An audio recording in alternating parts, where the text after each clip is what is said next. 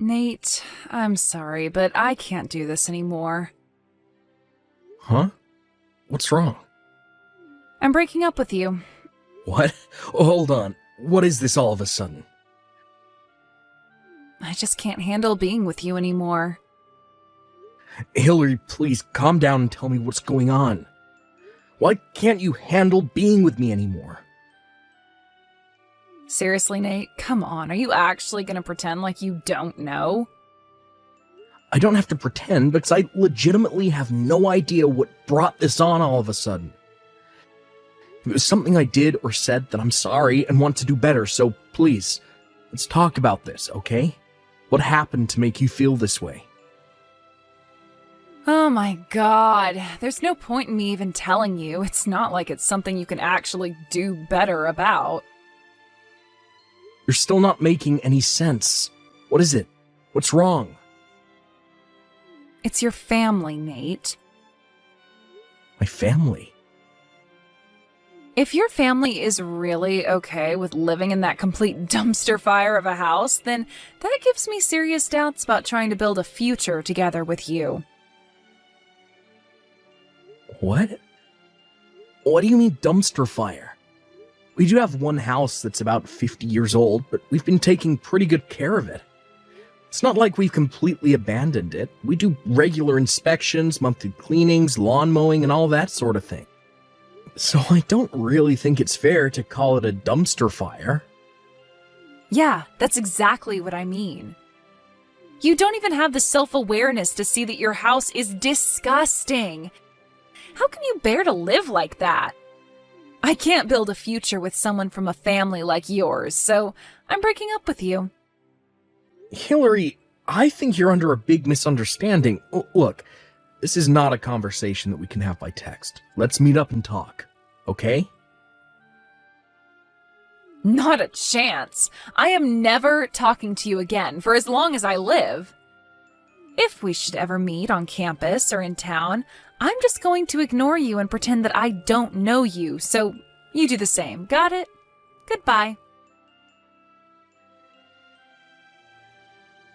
Hey, Nate. Long time no see. How are things? It's me, Hillary, remember? I just saw you on TV and oh my god, I couldn't believe my eyes. You're the biggest rags to riches story I've ever seen.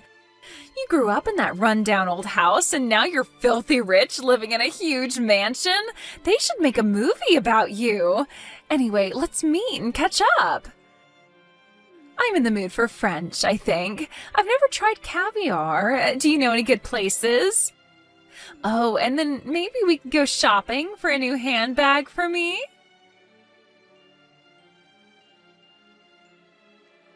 And that got a minute? Wow, great timing, Sean. I was just about to send you a message. Let me take a stab in the dark. It's about Hillary? Yeah, she randomly texted me out the blue this afternoon and started blowing up my phone with texts and calls. None of which I answered, obviously. But it seems like she wants to get back together with me. Do you know anything about this, Sean?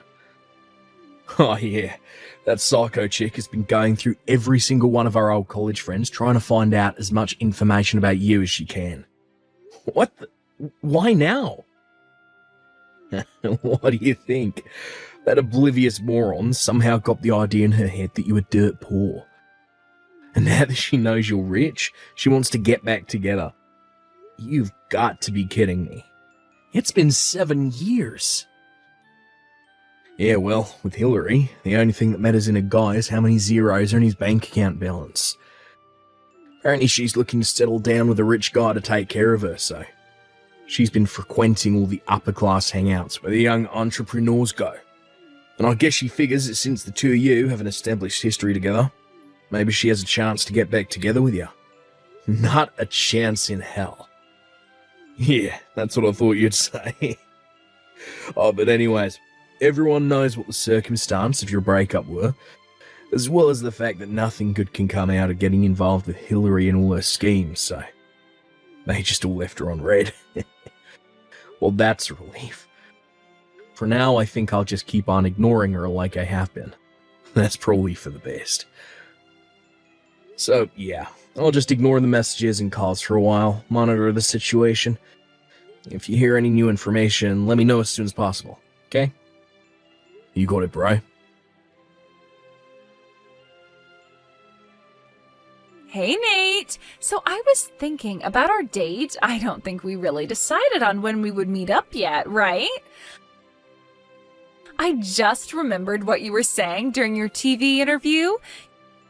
You took over your dad's company and started instituting a bunch of quality of life improvements for your employees, right? Like adding remote work options, more flexible hours, that sort of thing. So it sounds like you're probably at home a lot of the time. That means we'll have tons of time to see each other. Awesome! So, tomorrow, I went ahead and made a reservation at that fancy new French restaurant downtown in your name for 12 noon tomorrow. I'll see you at the restaurant.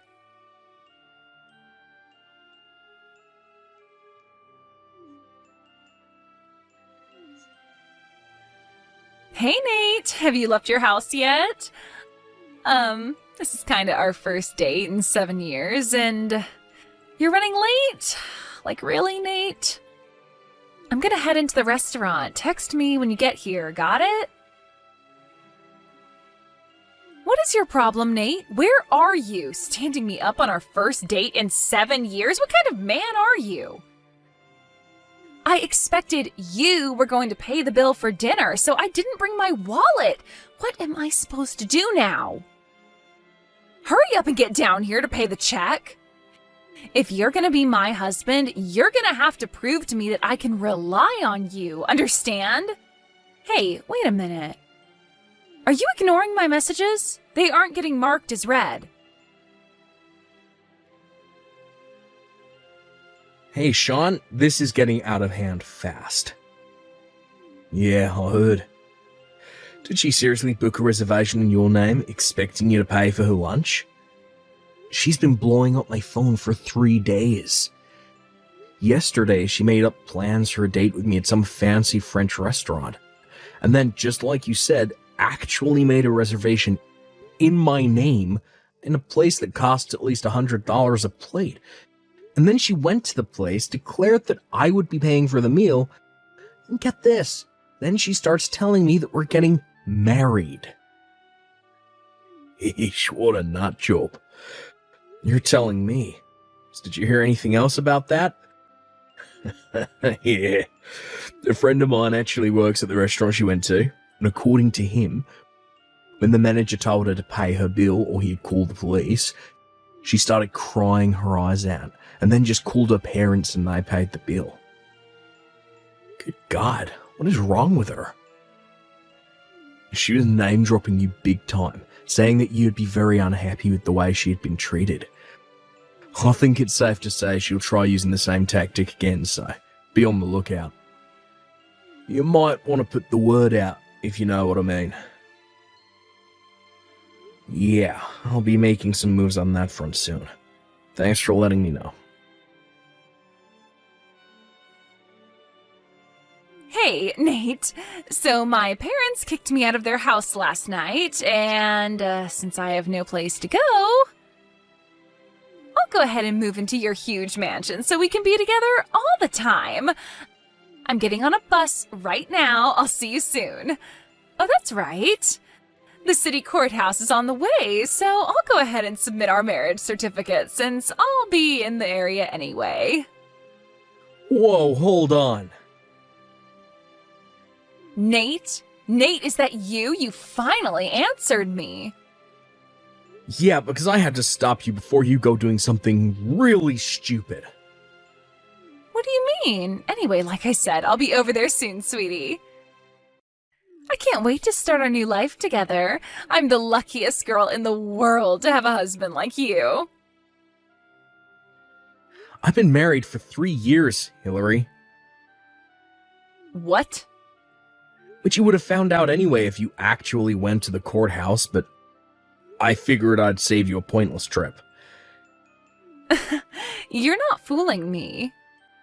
I've been asking tons of people about you, and no one said anything about you having a wife. Yeah, no one said anything to you, period. Because they were all in agreement that they wouldn't tell you anything about me. What do you mean? Don't you remember? After you dumped me, you went around to everyone telling them that I'm a poor loser living in a broken down old house. Don't tell me you didn't notice how they reacted to that. You're making zero sense. When I broke up with you, you were a poor loser living in a broken down old house. I was just telling the truth. What's wrong with that? You didn't even have the self-awareness to realize your house was so trashy. You were completely low class. Were you trying to forget your childhood trauma by pretending you actually lived in the big fancy house next door? Wait a minute. A dumpy house next door to a nicer house. Yeah? Seriously, how could you be satisfied with such a low standard of living while looking out of your window at what a real house looks like? At least you seem to have come to your senses now. Let me confirm something. Is this house you're talking about on Millwood Drive? Blue siding, 2-story, big walnut tree in the side yard? Yeah, pretty sure that's the one. I don't know what a walnut tree looks like, but it definitely was 2 stories and had blue siding. Now that you mention it, they put a picture of it up during your interview on TV the other day. Yeah, that's definitely the one. And you got so rich that you were able to buy that big mansion next door, right? I guess me breaking up with you gave you the drive you needed to finally make something of yourself. You're welcome. And now you're finally getting the biggest reward of all, me as your wife. I didn't buy that house. What? It was already mine. I grew up in that house from the moment I was born. Huh? When I took over my dad's company 2 years ago, he put that house and all the rest of our property in my name too. That house next door, the one that you said was old, run down, a dumpster fire, and that sort of thing. That was the house my dad's pets lived in. His pets? Yeah, he's always had a thing for reptiles. He has a ton of them. Chameleons, geckos, lizards, you name it. My mom, however, can't stand the sight of them. So he brought the roughly 50-year-old abandoned house next door and transformed it into a sort of private zoo where he keeps all his reptiles. Might look a bit old from the outside, but he renovated the entire interior when he bought it, so it's pretty nice in there now. He also changed it so the main entrance is on the back side of the house, so it's easier to get there from our property. Wait, so that's why I saw you going in that house all the time? Yeah. Back when we were dating, my dad got a bit of a nasty flu that put him in the hospital for a while. And I was the one who took care of his pets while he was away. I'd stop in there first after my classes were finished, feed the pets, clean what needed to be cleaned, and then go home. That's why I would always go in there. Oh, okay. It's strange that you knew about me going in there, though, since I never invited you over to our house. Don't tell me you were following me. Well, I mean, I was your girlfriend, and you never invited me over to see your house? That's weird, isn't it? I figured maybe you were hiding something from me. Then, well, I saw you going into that old house, and, you know... Hillary, we were only dating for 2 months. We had this conversation at the time, too. I told you that I wanted to get to know you better before I took you to meet my parents. I didn't want to feel like I was being rushed into our relationship. Well, thanks for telling me about how you felt. Wow, it feels really good to have such a deep conversation with you.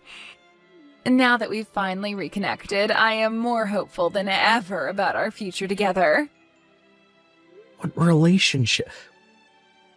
Our marriage, silly! I'm at the courthouse right now. I'm gonna go submit our marriage certificate. Were you listening at all? I told you I'm married. What? Did you seriously ignore the single most important part of this conversation? I guess it must have slipped past me. That's no excuse. You said you watched my TV interview, right? Did you also happen to miss the portion of that interview where they interviewed my wife? That's who that was? I thought she was your maid. You must have had cotton balls in your ears too, because the segment where we talked about how we met and our honeymoon was a full 5 minutes. So, it's true? You're really married? So like I was saying, don't waste your time. Even if you try to submit it, they won't accept it. Got it? But... And this is where I exit this conversation. Hey! I made the mistake of not blocking you when we broke up 7 years ago, but I'll be remedying that in short order. Nate, stop, please. Didn't you hear me? My parents kicked me out of their house. I don't have anywhere else to go. You have to help me. No, I don't have to help you. You're an adult. Figure it out for yourself. Nate, please, let me live with you.